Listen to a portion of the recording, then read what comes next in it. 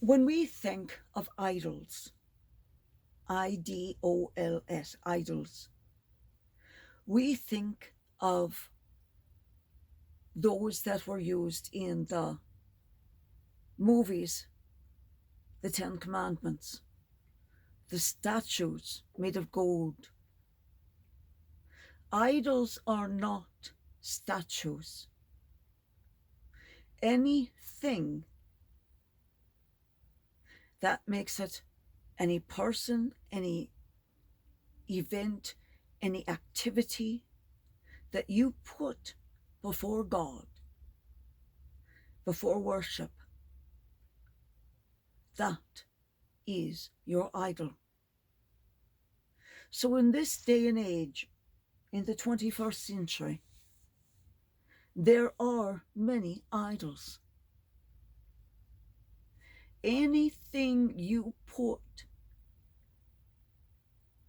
between you and your worship, or that interrupts or interferes or in any way is between you and God, that is an idol.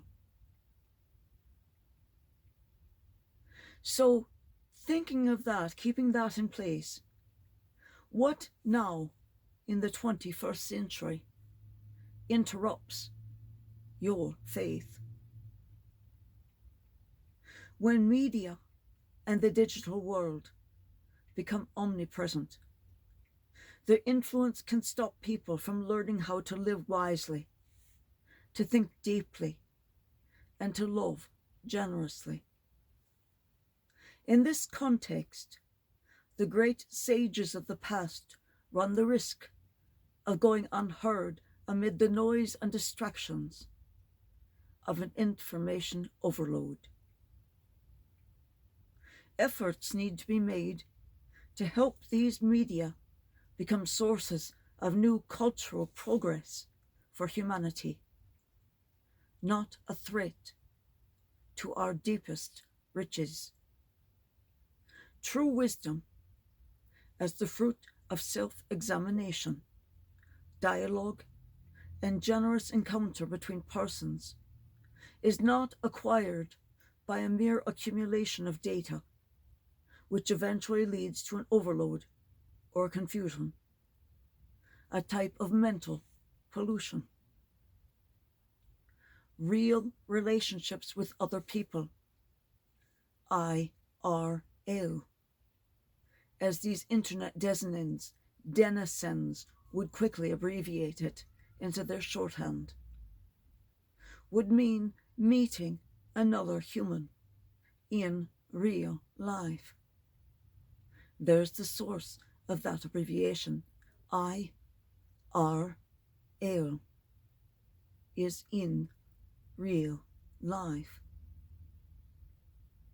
When you meet someone IRL, you must meet them face to face, and then identity with that individual as a human does, with all the challenges that those relationships entail, but now tends to be replaced by a type of internet communication which enables us to choose or eliminate relationships on a whim, thus giving rise to a new type of contrived emotion, which has more to do with devices and displays than with other people or nature. That's where the phrase, I ghosted him, or she's been ghosting me, because think of a ghost. It's a unsettled spirit. And ironic then that we have that as the reference for someone who has left another with silence.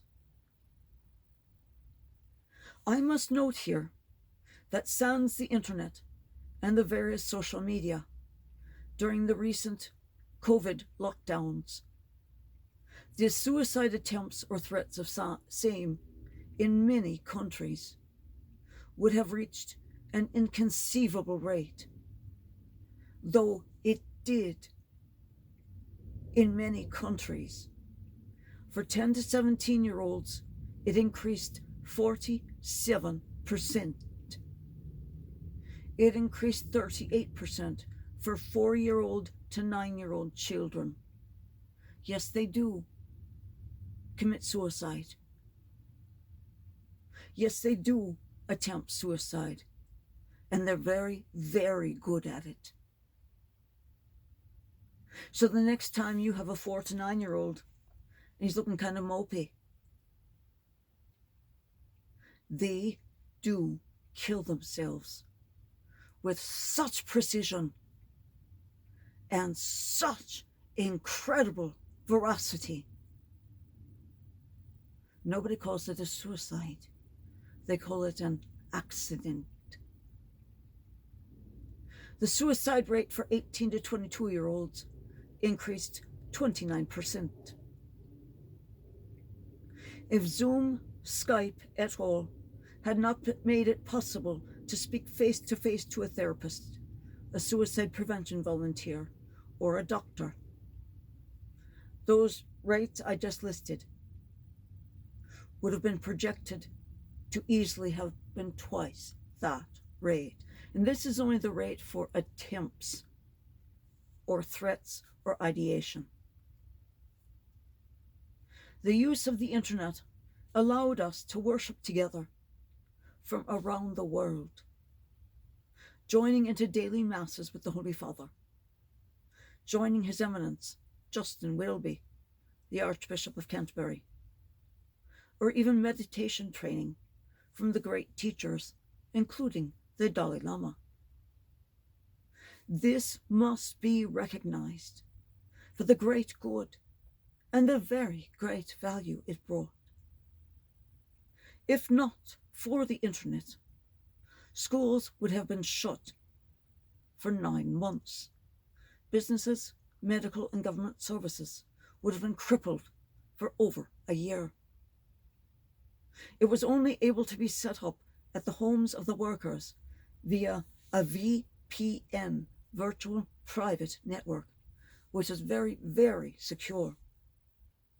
And the full package of the call, the data from the company to the worker, the sound of the caller, all of the data of that package came through the internet to them via the VPN. I worked from home for 3 years. I'm doing customer service for Amazon. And the VPN carried all of the data for that process. So it carried the sales information, it carried the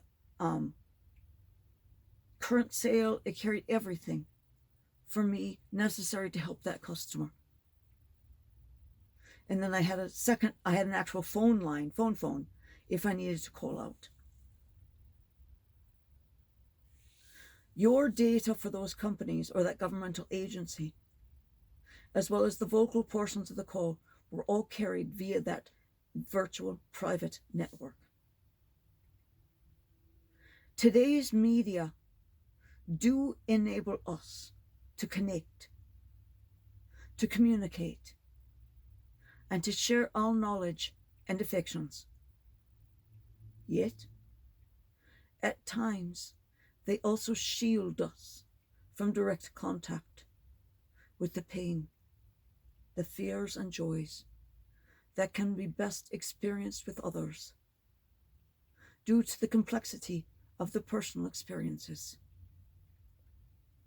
For this reason, we should be concerned that, alongside the exciting possibilities offered by these media, a deep and melancholic dissatisfaction in interpersonal relations or a harmful sense of isolation can also rise. And in contradiction with the Holy Father.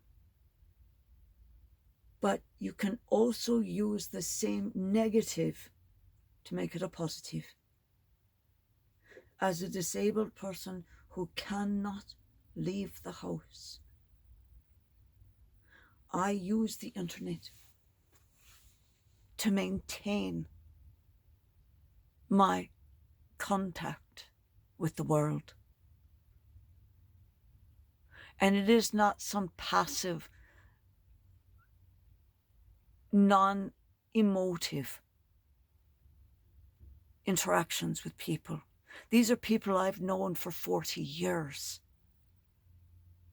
These are people I have known most of my life. Some of them I've known since I was 12 years old. We've known each other for so long. And we are now entering into the time where we are all losing our parents. And in the next 10 years, I will lose 20% of them. And we will together mourn. We will together celebrate. We will together cry via the internet from all over the world. Because we are spread all over the world. And this allows us to say, he's gone. But what happened? He was fine a week ago. I just saw him. What happened? For some reason, everybody thinks the recency of their last contact negates the act of death. But no, when it is their time, they are gone. But when you can speak to someone who also knew them as you did,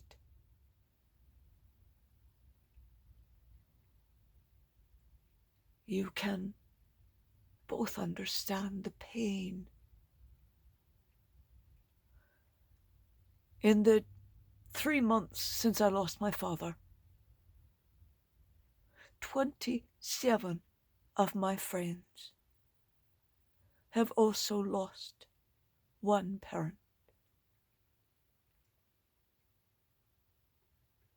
We are all in the same boat. And that is what happens with an age cohort. And that is the advantage of the internet right now, is we can experience these things together, apart. I can speak to my friends in England, in Ireland, in Sweden, and Germany, and we can all cry together.